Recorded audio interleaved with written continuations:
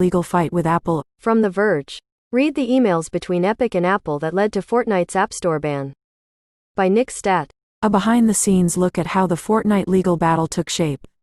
It's been just over a week since Fortnite developer Epic Games initiated an unprecedented antitrust legal fight with Apple over its App Store rules, and the lawsuit is shedding new light on how the companies came into conflict.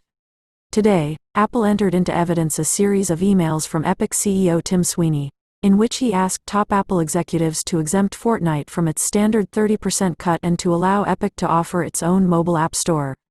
Beginning in June, the emails show extensive discussions between Sweeney and Apple before Epic took action to incorporate an alternate payment mechanism into the Fortnite app, which resulted in it being ejected from the App Store last week.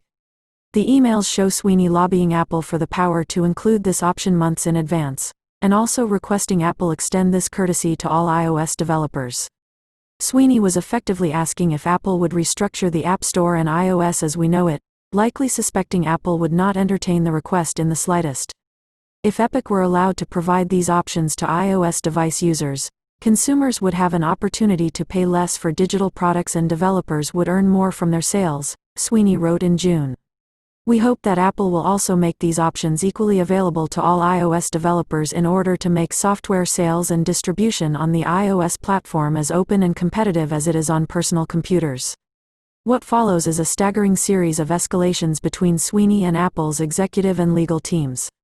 The result is in an email from Sweeney sent at 5:08 a.m. Eastern Time on August 13, the day of the eventual removal of Fortnite from the App Store, in which the Epic chief executive tells Apple CEO Tim Cook and fellow executives Phil Schiller, Craig Federighi, and Matt Fisher that Epic will no longer adhere to Apple's payment processing restrictions. Sweeney goes on to warn Apple of the forthcoming legal battle. If Apple chooses instead to take punitive action by blocking consumer access to Fortnite or forthcoming updates, he says in the final email, then Epic will, regrettably, be in conflict with Apple on a multitude of fronts, creative, technical, business, and legal, for so long as it takes to bring about change, if necessary for many years. Read the full back and forth between Apple and Epic below. In this stream. Next up in gaming.